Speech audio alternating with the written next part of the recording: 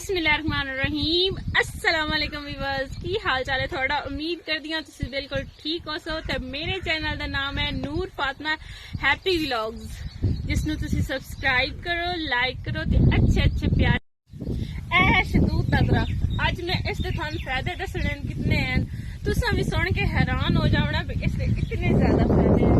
पहली तो ये गल भी इस दी लकड़ी दे फर्नीचर बहुत ज्यादा बनदा है जेड़ा कि साडे जिले च न्योट दा मशहूर तरीन फर्नीचर है। ये नहीं कि इत्थे साडे पाकिस्तान दे विच मशहूर है, बाहर दी कंट्रियां दे विच भी साडे जिले च न्योट दा मशहूर फर्नीचर है। ते इस दी एक होर भी गल मैं थानू दसनी है, इहदी हाकी भी बनदी है जिस नाल साडी प्यारी पाकिस्तानी टीम हॉकी स्टेडियम दे विच हाकियां खेलदी है। ते होर भी ये गल है भई ये साडे जेड़े हैं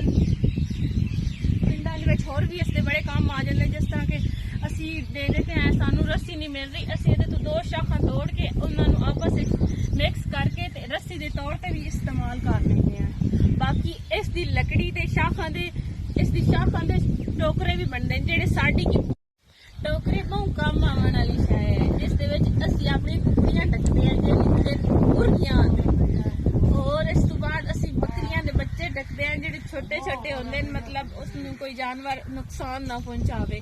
बाकी उस तो बाद असी अपने खावन वाली चीज जिस तरह रोटियां हो गई सालड़ हो गया कोई होर बर्तन है महफूज करना है।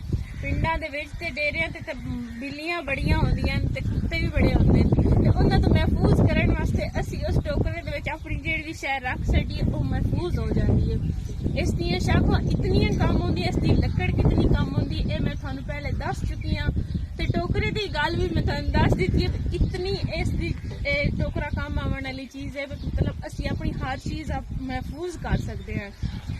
ते उस तो बाद ये है इस दे उत्ते हुण आए देखो कितने प्यारे प्यारे छोटे छोटे शतूत लगे हुए नो ये जो स्टार्ट लगदे न ग्रीन ग्रीन होंदे ए देखो ए ग्रीन शतूत है ते ए पिंक पिंक है ते ए ब्लैक एंड ए ग्रीन कच्चे पिंक वाले खट्टे हैं ते ए ब्लैक जेडे हैं ओ पक गए। ए देखो इसके कितने प्यारे पत्ते हैं दिल टाइप बने हुए अगर तुसी किसी ने गिफ्ट भी करना चाहो तो बेशक कर सकते हो।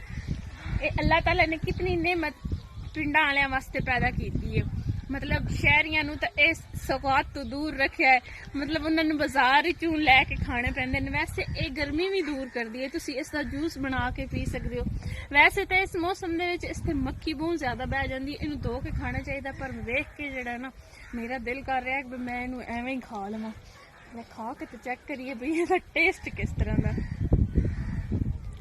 पहले तो पिंडां दे विच बड़े छोटे बड़े शतूत खांदे हन हुण मावां जेहड़ियां ना अपने बच्चों नू शतूतां तो दूर रखिया इन्हां दे हत्थ खराब हो जांदे ने इन्हां दे पैर खराब हो जांदे। ए जेहड़े है ना पिंक ते रेड ये खावन दा भी वैसे बड़ा मजा आंदा लड़कियां बड़े शौक नाल खांदियां क्योंकि ये होंदे खट्टे इमली दे हिसाब दे होंदे खाने दा बड़ा मजा आंदा। मैं तुहानू दस रही हां भी बच्चों नू मावां हुण शतूत दे नजदीक नहीं आवण दिंदियां आंदियां कपड़े खराब हो जासे असीं किस तरह दूसां बच्चे भी नहीं नजदीक आउंदे।